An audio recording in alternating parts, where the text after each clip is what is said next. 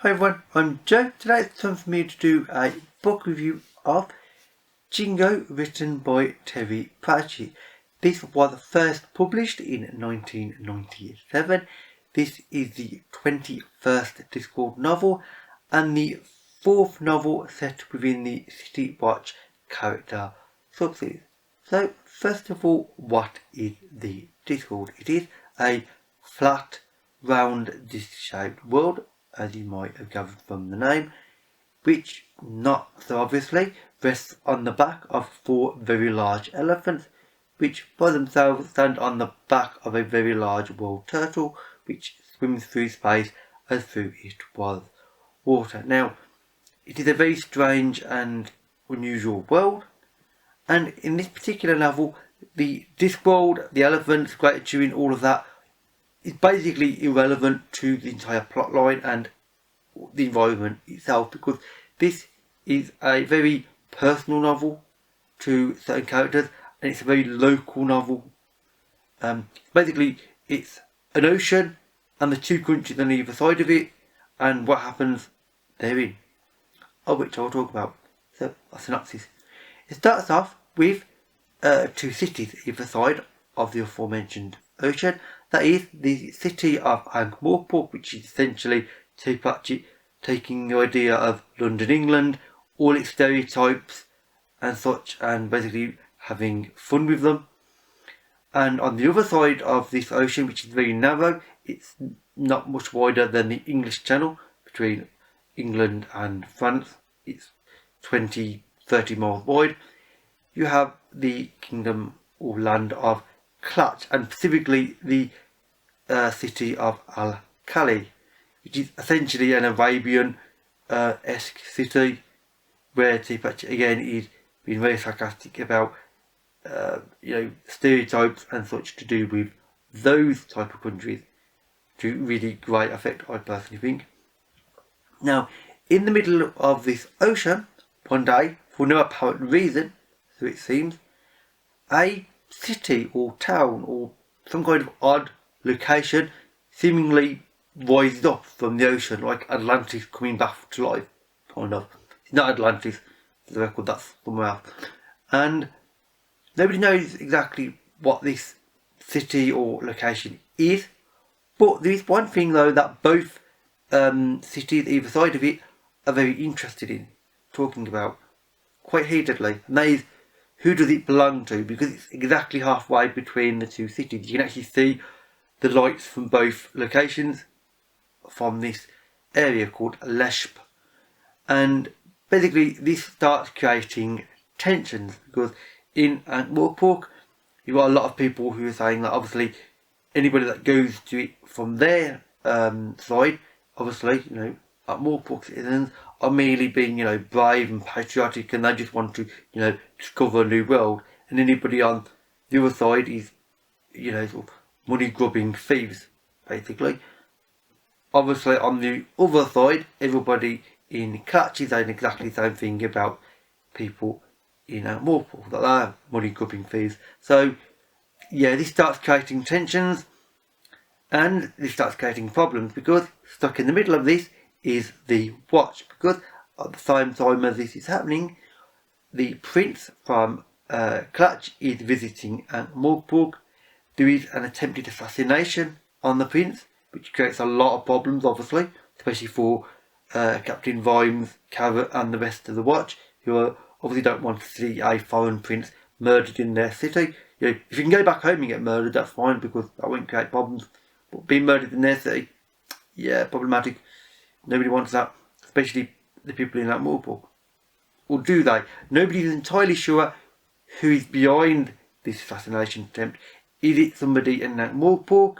Is it somebody from Clutch? Is it somebody from one of those locations paying somebody from the opposite to try and assassinate them as some kind of double bluff? Nobody knows. There's a series of very obvious and very stereotypical clues that somebody is placing there on purpose, frankly.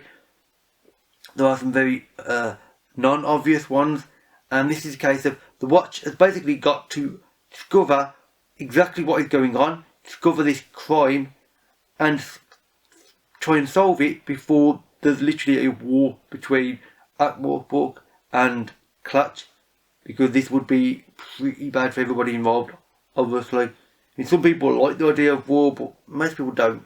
I mean, the normal citizens in any country do not like the idea of war. It's generally a few people at the top that would benefit enormously, and their stupidity and their egos would generally benefit. Very few other people actually ever benefit from war.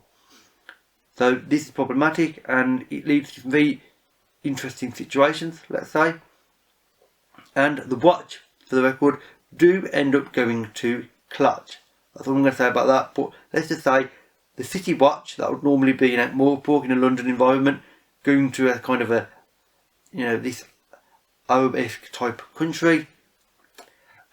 The hijinks and hilarity that this creates is brilliant. And one thing that Pratchett does well in this novel is he manages to take stereotypes of both countries, mix them up together, and create something that is not offensive to anybody. Because one of the big messages that he's talking about in this novel is blatantly, obviously, racial prejudice and racism, and also extreme nationalism. Those are the three main areas. Yet he talks about it in such a way that it's not offensive.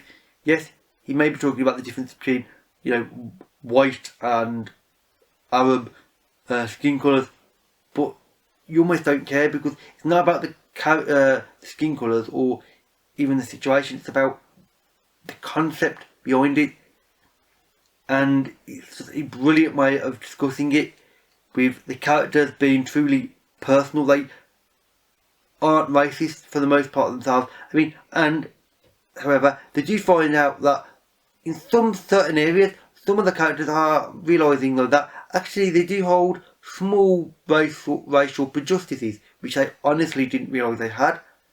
But then they're like, oh, I'm holding this slightly negative stereotype, which actually is quite harmful and frankly unpleasant to everybody. And they do try to learn from it. And indeed, that's what the book, to me, is trying to say. It's about trying to say what the differences between two countries are, and the nationalist ideas, and try to put them together, compare them, and say ultimately it doesn't matter. One country is just as good as another. There is no difference. Just because one country does something radically and unbelievably differently doesn't mean it's better or worse. It's just different. The differences are what make us unique, what makes us as people. I mean, individually, that applies as well. What I do is not going to be the same as any other person. But it doesn't mean I'm going to start trying to argue with them and trying to get them to turn into a clone of me. That's not what I want. Nobody should want that. The differences make us unique, make us different, and add personality and just an interesting environment to live in. And sadly, that's what creates some of the problem, because some people can't handle basically being an open-minded and an accepting person. Some people are trying to force their beliefs and narrow-mindedness on others, and there are characters in the book that do this, and that is really brilliant. And the characters are one of the other things that are brilliant about this novel. This focuses on obviously all the characters of the Watch that you have encountered before, like Vimes, who is the captain and leader of the City Watch. It has all the other members of the Watch, like Kara, Angua, Detrius. Introduces Chivi, a new police officer or Watch member, who is a dwarf with some interesting ideas, let's say, and some sort of revolutionary ideas that come into later books. And also it reintroduces and brings back, quite importantly, Vetinari, the leader of the city, who, along with Colin and Nobby, two police officers who are in previous books, and Leonard of Quirm, who is basically meant to be Leonardo da Vinci but sarcastic and ridiculous, the four of them go off on a little adventure, let's say. And I'm not going to say anything more about that, but it's a brilliant little sort of side adventure in the book, and it works extremely well. It just fits into this world and into the plot brilliantly, and it really does add something quite significant, I think, to the book, without going off learning things and learning about each other as well, because Colin and Nobby have a very crude viewpoint, I suppose you could say, in some respects, of the world. Obviously, Vetinari is obviously the leader of the city, so he's got this long view. And then you've got Leonard of Quirm, who is obsessed with just thinking of inventions and the world in general. So he doesn't know anything about politics or about racial tensions or national tensions. So it's a very strange mix between 4 people and 3 viewpoints. And it works extremely well overall. And there's another very interesting character I just want to add, and that is 71 Hour Ahmed. I'm not going to say too much about him. He is a Klatchian character who has a very large sword, which is almost classified as a concealed owner rather than a concealed weapon, because the sword is actually nearly bigger than he is. Obviously, that's a stereotypical sort of sarcastic view that certain characters have. But he's a brilliant character. I'm not going to say why, but he's important and very well written. And he really does complement other characters, I'm not going to say very well, and really, sort of bounced off them efficiently. And overall, everything about this is, frankly, in summary, really, really good. The plot is brilliant. The characters are excellent as always. The locations are fantastic, and the messages through with racial tensions, prejudices, and the extreme national views that people have, and that a lot of people can't seem to cope with. They are too focused in their views and aren't open-minded enough in some respects. This is discussed in phenomenal detail, with always a smile and a sort of certain playful sparkle in Tay Pratchett's eye when you're writing it. You can just feel that the whole time you're reading the book. And I would heavily recommend this novel to basically everybody, obviously Discord fans. That said, that is it for this review. So if you have read this book or you would like to, then please leave a comment and we can have a talk about it, or indeed any other Discord novel within reason. I haven't read the later ones yet. All my social media links, as well as a link to this book on Goodreads, can be found in the description box below as always. And with that said, that is it for this video. So, thank you for watching, and I'll see you another day. Bye for now.